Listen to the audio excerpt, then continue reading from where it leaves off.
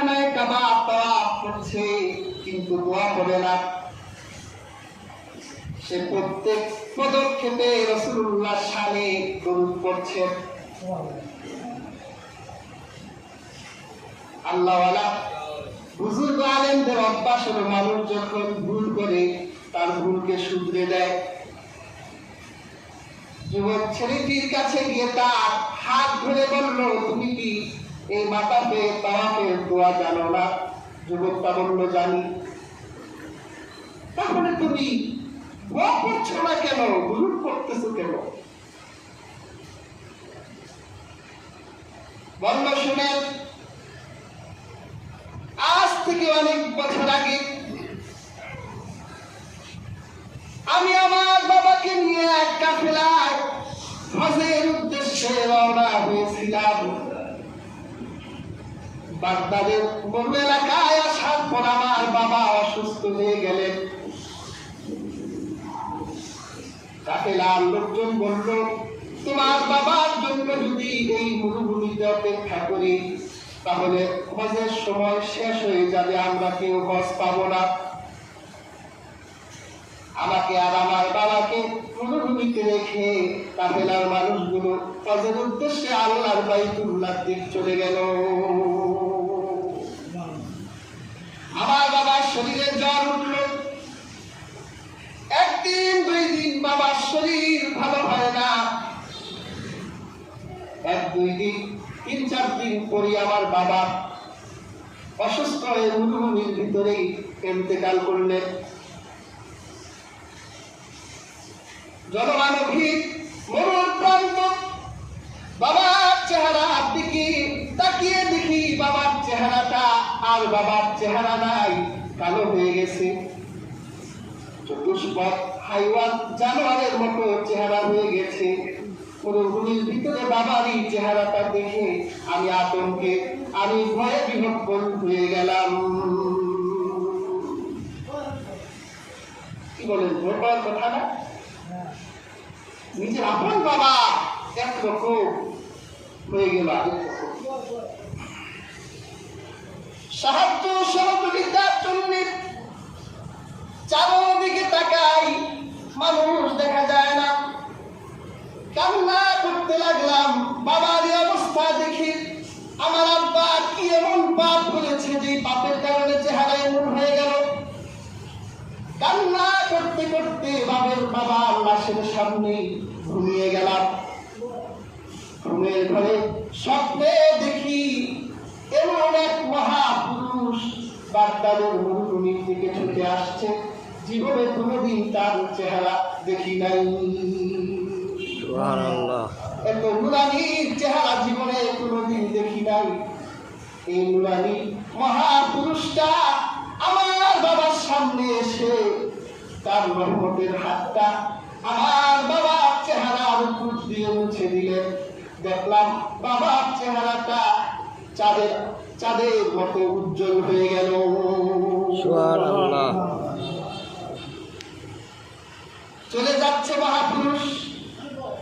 ডাক দিয়ে বললাম, কি হে আপনি এই বিপদের দিন মরুভূমিতে এই ভয়ের সময় আমাকে সাহায্য করলেন, আমার বাবার বিকৃত চেহারাটাকে ভালো করে দিলেন, আপনি আপনার পরিচয় না দিয়ে যেতে পারেন না? মহাপুরুষ বলল, তুমি কি আমাকে চিনতে পারো নাই? আমি মদিনার নবী রাহমাতুল্লিল আলামিন। সুবহানাল্লাহ। তোমার বাবা রওজার ভিতরে আমাকে থাকতে দিল না। হাদিস পাকে এসেছে, আল্লাহর হাবিব বলেছে, এই পৃথিবীর বুকে আল্লাহ একদল ফেরেশতা আছে, সাইয়াহিনা ফিল আরদ। ওই ফেরেশতাদের কাজ হলো এই দুনিয়ায় ঘুরে বেড়ায়। কারা কারা? আমি রাসূলুল্লাহ প্রতি দরুদ করে এগুলো কালেক্ট করে তারপর আমার রওজায় আমার কাছে পৌঁছে যায়। আমি আমার দরুদ করা ওই উম্মতগুলোকে চিনতে পারি, তাদের বাবাদের চিনতে পারি, তাদের পূর্বপুরুষদেরকে চিনতে পারি, রওজা থেকে দোয়া দিয়ে দেই। সুবহানাল্লাহ। আমি রওজায় ফেরেশতারা তোমার বাবার দরুদ আমার রওজায় আনে না, অথচ তোমারই বাবার এমন কোন রাত বাকি ছিল না যেই রাতে আমার প্রতি 100 বার দরুদ না পড়তো। আমি গত রজনীতে লক্ষ্য করলাম ফেরেশতারা আমার রওজায় তোমার বাবার দরুদ আনে নাই। খবর নিয়ে দেখলাম বাগদাদের মরুভূমিতে তোমার বাবা মৃত্যুর বিছানায় শুয়ে গেছে, আর তোমার বাবার চেহারাটা বিকৃতি হয়ে গেছে। আমি আর রওজায় থাকতে পারলাম না। দরুদের ফজিলতের কারণে, দরুদের আমলের কারণে আমি সেই রওজা মুবারক থেকে বাগদাদের মরুভূমিতে চলে এসেছি। সুবহানাল্লাহ। এই হলো দরুদের মর্যাদা। আপনি যদি একবার রাসূলুল্লাহর প্রতি দরুদ পড়েন, আল্লাহ 10টা রহমত দিবেন। নাসাইর বর্ণনা এসেছে আল্লাহ 10টি গুনাহ মাফ করে দিবেন, 10টা মর্যাদা বাড়াই দিবেন। আর এই মর্যাদা এই জন্যই আল্লাহ পাক বাড়াই দিবে, আপনি মর্যাদাবান নবীর সম্মানে দরুদ পড়েছেন। যে মর্যাদাবান রাসূলুল্লাহর প্রতি দরুদ পড়ে তার মর্যাদা কম হতে পারে না, কম হতে পারে। সেজন্য হর হামেশা রাসূলুল্লাহর শানে দরুদ পড়তেই থাকবে। একটা মুহূর্ত দরুদহীন থাকবেন না, জিহ্বায় দরুদ রাখবে, মর্যাদা বুলন্দ হবে, আমার আল্লাহ নৈকট্যশীল হবেন। কিয়ামতের দিন আমার রাসূলের নিকটে আপনি থাকবেন। সুবহানাল্লাহ। হাদিসে রাসূলুল্লাহ বলেছেন, আউলান নাস, মানুষের ভিতরে আমার নিকটে সে থাকবে যে আমার প্রতি বেশি বেশি দরুদ পড়ত। প্যার হাজরিন, আল্লাহর হাবিবের একজন সাহাবী ছিলেন উবাই ইবনে কাব। আল্লাহ রাসূলের প্রতি আল্লাহ যে কোরআন নাযিল করেছেন, এই কোরআনের সবচেয়ে বড় কারি ছিলেন হযরত উবাই। একদিন কোরআন তেলাওয়াত করছেন, আল্লাহর রাসূল পেছন দিক থেকে এসে কোরআন শুনছেন। রাসূলুল্লাহকে দেখে উবাই চুপ হয়ে গেলেন। চুপ তো হওয়ার কথাই, যার উপর কোরআন নাযিল হয়েছে তার সামনে কি কোরআন পড়া যায়? আল্লাহর হাবিব বলল, ভাই থামলে কেন? কোরআন থেকে তেলাওয়াত করতে থাকো। হযরত উবাই বলল, হে আল্লাহর রাসূল, আপনার সামনে কেমন করে কোরআন তেলাওয়াত করি? রাসূলুল্লাহ বলে, তুমি কোরআন পড়ো, আল্লাহ আমাকে আদেশ দিয়েছে আমি যেন তোমার থেকে কোরআন শুনি। সুবহানাল্লাহ। এই উবাই ইবনে কাব আল্লাহর হাবিবের কাছে আসলেন। আল্লাহর হাবিবকে বললেন, হে আল্লাহর রাসূল, আমি আপনার প্রতি অনেক বেশি বেশি দরুদ পড়ি।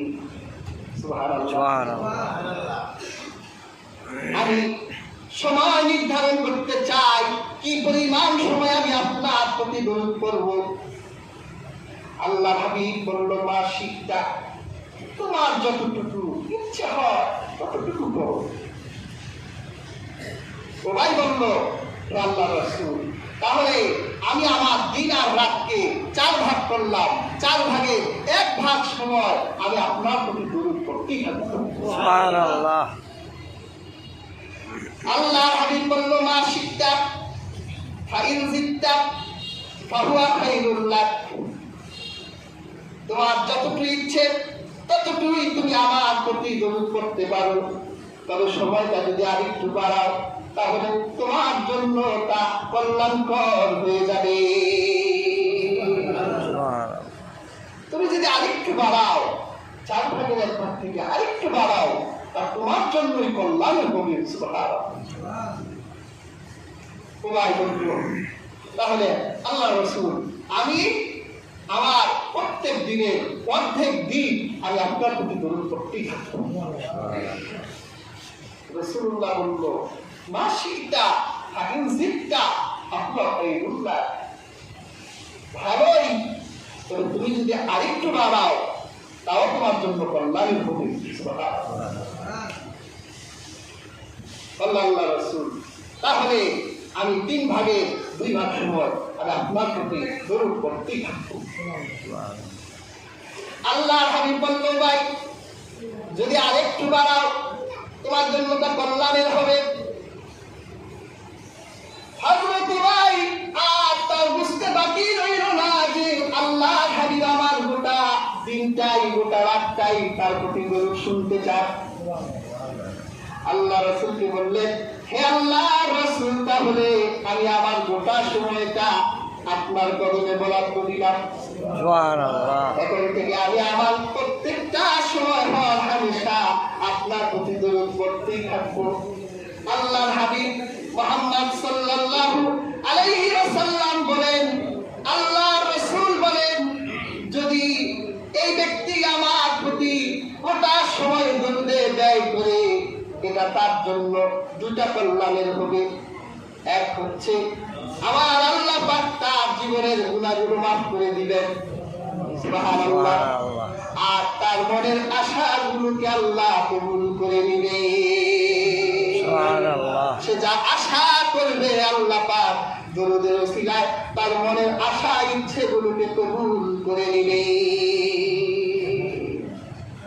কি বলে আমাদের মনে আশা বাসা বাঁধে না? কত আশা বাসা বাঁধে, সব আশা নিরাশ হয়ে যায়। আপনি রাসূলুল্লাহ ওসিলায় রাসূলুল্লাহর প্রতি দরুদ করে আপনার আশা বাসনা আকাঙ্ক্ষা আল্লাহর সামনে তুলে ধরেন। আমার রব রাসূলের ওসিলায় আপনার সকল আশাই কবুল করবেন। একটা ঘটনা বলি। আবু আব্দুল্লাহ মুহাম্মদ ইবনে সুলাইমান জাজুলি আজ থেকে প্রায় 8 শতাধিক বছর আগে এই দুনিয়ায় তার জন্ম হয়েছিলেন। বিখ্যাত হাদিস বিশারদ ছিলেন।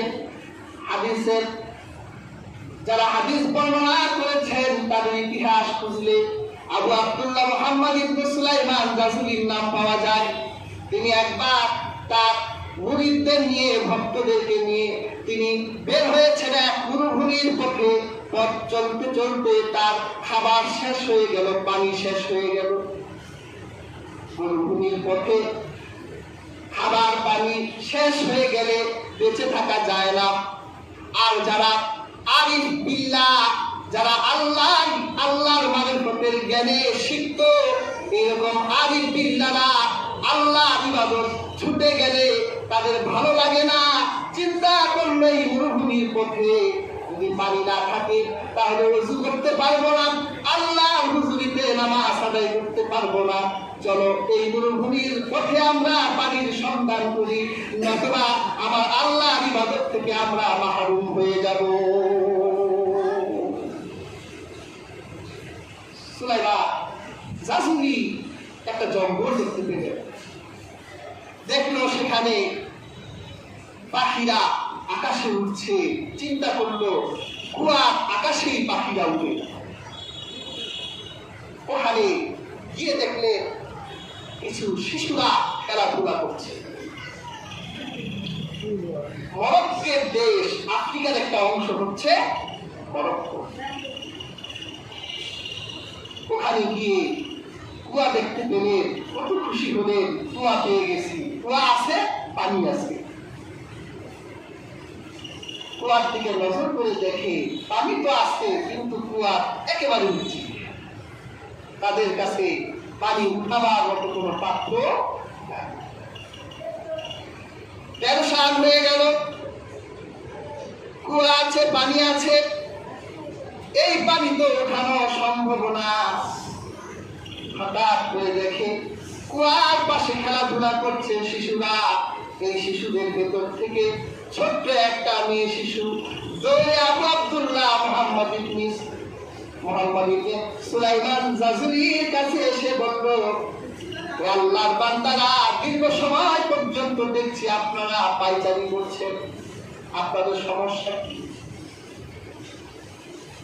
আল্লাহ নবী বলেন, এমন সমস্যা বা তোমাকে বললে তুমি সমস্যা সমাধান দিতে পারবা না। বলল বলেই দেখেন নামাজের সময় হয়ে গেছে, ওযু করতে হবে, কিন্তু পানি নাই আমাদের সাথে। কুয়ার ভিতর পানি আছে, কিন্তু পানি উঠানোর কোনো কায়দা আমাদের জানা নাই, কোনো পাত্র নাই, রশি নাই যে পানি উঠিয়ে ওযু করব, আল্লাহর হুজুরিতে নামাজ আদায় করব। ওই ছোট্ট মেয়েটি কি জবাব দিল, আশ্চর্য হবে। মেয়েটি জবাব দিল যে আল্লাহর ওলি, তুমি পানির জন্য পায়চারি করছো, তুমি একটা পাত্রের জন্য পায়চারি করছো। পাত্র ছাড়া কি এই কুয়ার ভিতর থেকে পানি উঠানো যায় না? পাত্র ছাড়া পানি উঠানো যায় না?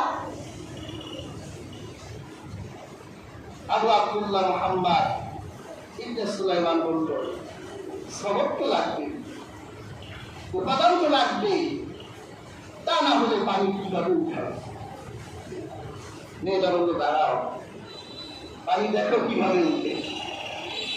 মেয়েটা কুয়ার চারদিকে হাঁটে আর বিল বিল করে মুখে যেন কি যেন করতেছে।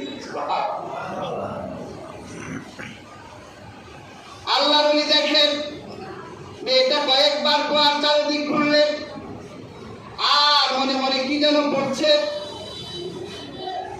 পড়া শেষ, চারদিক ঘোরা শেষ, কুয়ার দিকে তাকিয়ে একটু থুতু ফেলে দিল আর কুয়ার দিকে একটু ফু দিল। আল্লাহর ওলি তাকিয়ে দেখলেন কুয়ার নিচ থেকে পানিগুলো বলকাইয়া কুয়ার উপরের দিকে চলে আসছে, একেবারে হাতের সামনে পানিগুলো চলে এসেছে। সুবহানাল্লাহ। আল্লাহর ওলি নামাজ তো পড়তে হবে, পানি সংগ্রহ করে আগে ওযু করলেন, নামাজ পড়লেন। মেয়েটা তার খেলার সাথীদের সাথে বসে আছে। বাবা সমাপ্ত করে ওই মেয়েটির কাছে গিয়ে বলল, মা এদিকে আসো, তুমি আমাকে বলেছিলে মশক ছাড়া কি পানি উঠানো যায় না? আমার ইকিন ছিল না, তুমি আমার ভিতরে ইকিন পয়দা করেছো। কিভাবে তুমি এই মর্যাদা পেলে? তুমি আমাকে একটু বলো। মেয়েটা বলল, খুব সিক্রেট, এটা তো বলা যাবে না। আমি জানি আর আমার মা জানি, আমরা দুজন জানি। আমার মা ছোটবেলায় তার কুলের ভিতরে রেখে তিনি নিজে আমল করতে, আমাকে আমল করাতেন। দেখছেন কি কেমন মা, এই মায়ের মেয়েতে যখন হওয়ার কথা। আল্লাহ নবী আদর করলেন, খুব রিকোয়েস্ট করলেন, মা আমাকে বলো। তখন ওই মেয়েটি সুলাইমান জাসুলিকে বললেন, এটা তেমন কোনো অজানা গুপ্ত ভান্ডার নয়, খুব সহজ জিনিস। আমার মা আমাকে রাসূলুল্লাহ শানে বেশি বেশি দরুদ পড়তে বলতেন। সুবহানাল্লাহ। আমার মা আমাকে বলতেন, তুমি যখন মরুভূমিতে তোমার বন্ধু বান্ধবীদের সাথে পশু চড়াতে যাও, তোমার বন্ধু বান্ধবরা মরুভূমির ভিতরে খেলে খেলে সময় নষ্ট করবে, তুমি তাদের সাথে খেলাধুলায় মগ্ন হইও না। একাকী নীরব নিভৃতে বসে মদিনায় রাসূলের রওজা আর ধারে প্রত্যেকটা মুহূর্তে মুহূর্তে দরুদের সালাম প্রেরণ করবে। আমি আমার বন্ধুদের সাথে, আমার খেলার সাথীদের সাথে আমি সময় নষ্ট করি না, ওরা খেলে। আর আমি দর্শকের সারিতে বসে বসে মদিনায় রাসূলের রওজা পড়ে আল্লাহ রাসূলের শানে বেশি বেশি দরুদ পড়ি, আল্লাহ রাসূলের শানে বেশি বেশি সালাম করি। এই জন্য আমার মুখটা পবিত্র হয়ে গেছে। যখনই আমার মনে কোনো আশা বাসনা জাগ্রত হয়, তখন আমি আল্লাহ রাসূলের শানে দরুদ পড়ে আমি আল্লাহর কাছে চাওয়ার সাথে সাথে আল্লাহ আমার চাওয়া পূর্ণ করে দেয়।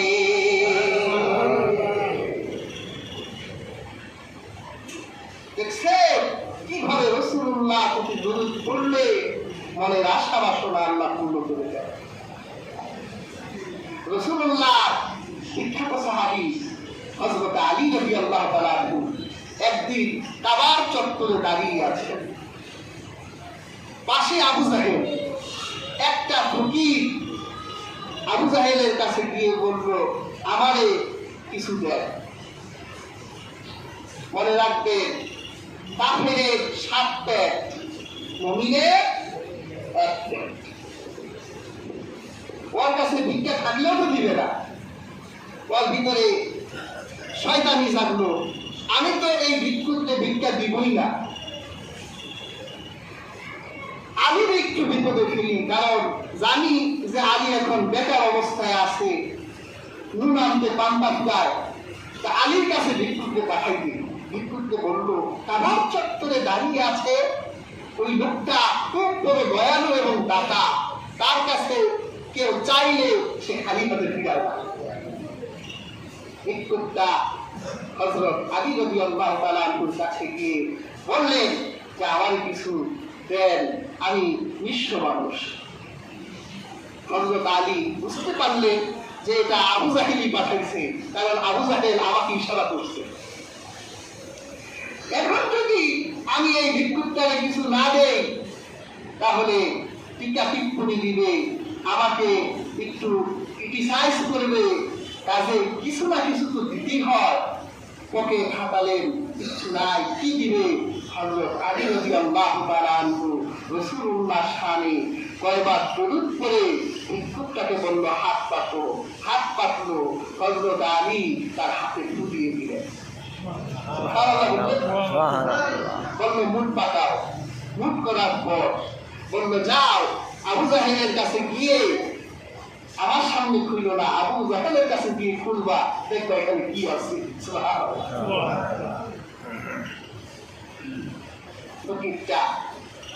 আবু জাহেলের কাছে গিয়ে আবু জাহেল বলল, কি দিছে দেখি তো। হাত তুলছে, পর থেকে হাতে কয়েকটা মুক্তা। হযরত আলী কি দিলেন? ফু দিলেন। আর আবু জাহেলের কাছে গিয়ে দেখলো মুক্তা হাতে। আবু জাহেল তো অবাক হয়ে গেছে। আরে আমি নির্ভর যোগ্য সূত্রে শুনলাম যে আলীর ঘরে কিছু নাই, আলী বেকার, মুক্তা দিল কিভাবে? ফকিরকে ধরে হযরত আলীর কাছে এসে বলল, আলী, তোমার ঘরে তো কিছুই নাই, তুমি দারিদ্র্যের জীবন যাপন করছো, ফাতেমা কিছু খায় নাই, হাসান হুসাইন কিছু খায় নাই, তোমার কাছে এত দামি মুক্তা কিভাবে এলো সেটাও আমাকে বলো। হযরত আলী বললেন, শোন আবু জাহেল, আমি তো আগেই জেনেছি যে এই ফকিরটাকে তুমি আমার কাছে পাঠিয়েছো আমাকে অপমান করার জন্য, আমাকে অপদস্থ করার জন্য। আমার কাছে তো আসলে কিছু ছিল না, কিন্তু যখন এই ফকির আমার কাছে এসে তার অভাবের কথা প্রার্থনা করলো, তখন চিন্তা করলাম খালি হাতে ফিরাই দেওয়া যাবে না, আমার কাছে কিছুই নাই, কিন্তু রাসূলুল্লাহ দরুদের হাতিয়ার আমার কাছে আছে। তখন আমি কয়েকবার দরুদ করে আমি এই ফকিরের হাতে ফু দিয়ে দিলাম। আল্লাহ রাসূলের দরুদের বরকত তার জন্য মুক্তা হয়ে গেল।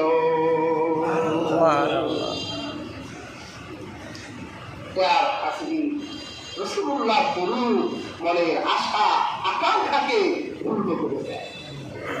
রাসূলুল্লাহ দরুদ এত দামি, এক বুজুর্গ বলেছে, মৌমাছির মধু মিষ্টি হতো না, মৌমাছি তার মধুকে মিষ্টি করে রাসূলুল্লাহ শানে দরুদ পড়ে। ততক্ষণ পর্যন্ত তার চাকের মধু মিষ্টি হয় না, যতক্ষণ না মৌমাছি তার চাকে রাসূলুল্লাহ শানে দরুদের হাদিয়া না দেয়। কিন্তু সেই রাসূলুল্লাহ আমরা চিনলাম না, আমরা সেই রাসূলুল্লাহ শানে দরুদ পড়ি না, সালামও পড়ি না। অথচ রাসূলুল্লাহ হাদিস পাকে বলেছে, সাইয়াহিনা ফিল আরদ, এই পৃথিবীতে আল্লাহর একদল ফেরেশতারা আছে যাদের কাজই হলো তারা দরুদ কালেক্ট করে। আমার কাছে দরুদ পাঠানো হয়,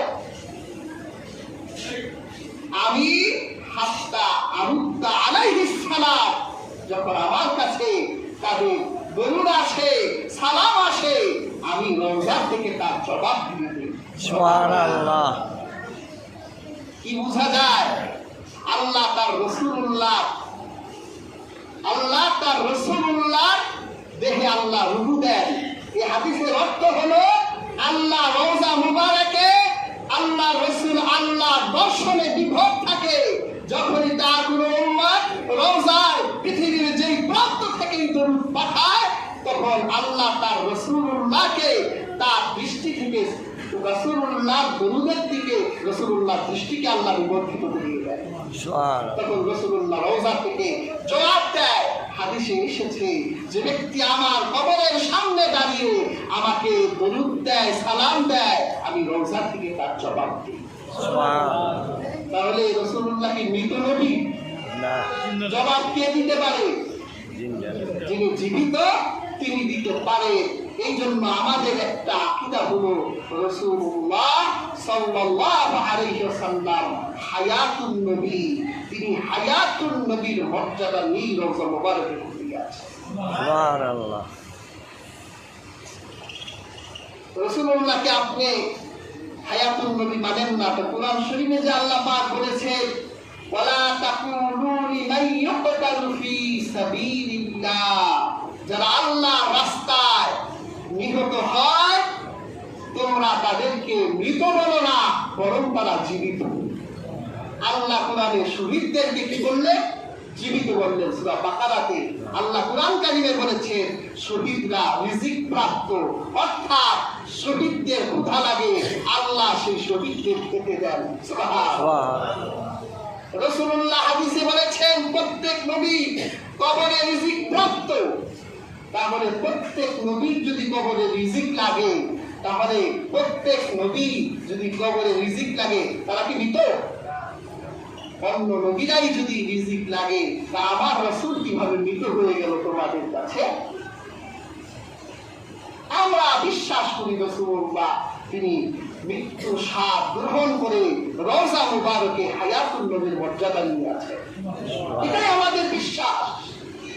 এটাই উপমহাদেশের জৌনপুরি, ফুরফুরা, সরসিনা, সোনাকান্দা, ফুলতলি, ধামতি, আড়াইবাড়ি, দেওবন্দি, চরমোনাই, হেফাজত সমস্ত আলেমরা রাসূলুল্লাহ শানে সবাই বিশ্বাস করে রাসূলুল্লাহ হায়াতুন নবী।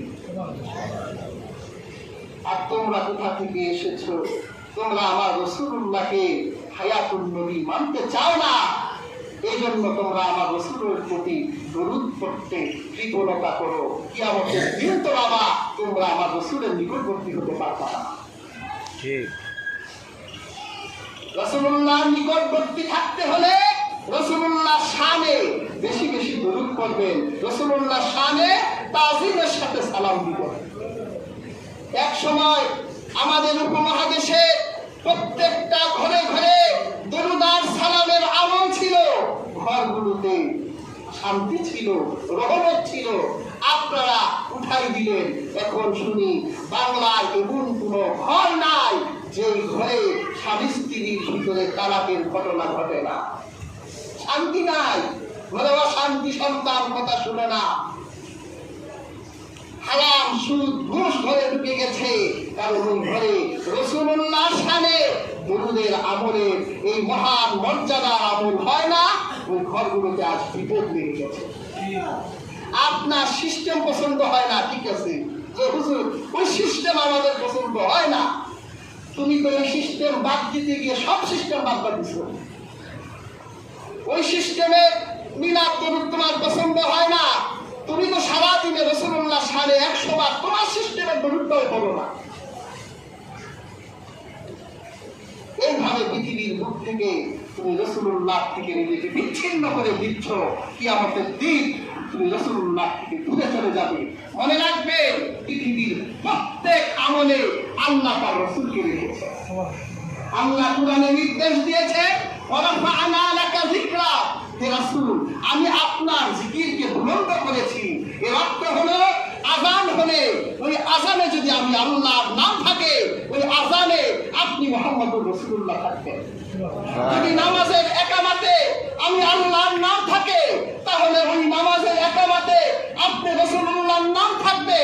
যদি আমার বান্দারা নামাজে দাঁড়ায়, যদি আমাকে তার নামাজে সে ডাকে, ওই নামাজে আমি আপনার নামকে রেখে দিব। সুবহানাল্লাহ। যদি তারা দোয়ায় হাত তুলে আমি তাদের দোয়া আকাশে ঝুলিয়ে রাখবো যতক্ষণ পর্যন্ত তারা আপনার প্রতি দরুদ না পড়বে। যেখানে আল্লাহ সেখানে আল্লাহ তার রাসূলকে রেখেছে। সেই জন্যই রাসূলুল্লাহ বলেছেন, যখন মুয়াজ্জিন আযান দেয় সে আযানে যা বলে তোমরা তা বলো। যখন আযান সমাপ্ত হয়ে যায় তোমরা আমার প্রতি দরুদ পড়ো, আমার জন্য আল্লাহর কাছে উসিলা চাও, তোমাদের জন্য আমি রাসূলের শাফাআত ওয়াজিব হয়ে যাবে। সুবহানাল্লাহ। আজকে কোথায় গেল দরুদ? তো সব জায়গা থেকে আমরা বাদ দিয়ে দিয়েছি। কাজে হাজরি সোনালী দিন ফিরিয়ে আনুন, সোনালী মানুষ হন। মনের আকাঙ্ক্ষা পূর্ণ করতে চাইলে, রহমত প্রাপ্ত বান্দা হতে চাইলে রাসূলুল্লাহর সাথে মহব্বত রাখেন। রাসূলুল্লাহর শানে হর হামেশা আপনি দরুদ শরীফ পড়তে থাকেন। আপনি যদি 100 বার তাসবিহ জপেন আর আপনি যদি 100 বার দরুদ পড়েন, আমার আল্লাহ তার তাসবিহ চেয়েও রাসূলুল্লাহর দরুদকে বেশি ভালোবাসে। সুবহানাল্লাহ। তাহলে বলবেন না কেন? আল্লাহর জিকির, রাসূলুল্লাহর দরুদ, আল্লাহ বেশি ভালোবাসে কোনটা? কারণ ওই দরুদের ভিতরটা আপনি আল্লাহর কাছেই যাচ্ছেন।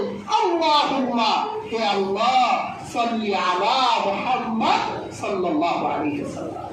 আপনি রাসূলুল্লাহর উপর সালাত এবং দরুদ, তাহলে আপনি তো রাসূলুল্লাহর দরুদের ভিতরে রাসূলের প্রতি সালাতও চাইলেন, আল্লাহর কাছে প্রার্থনাও করলেন।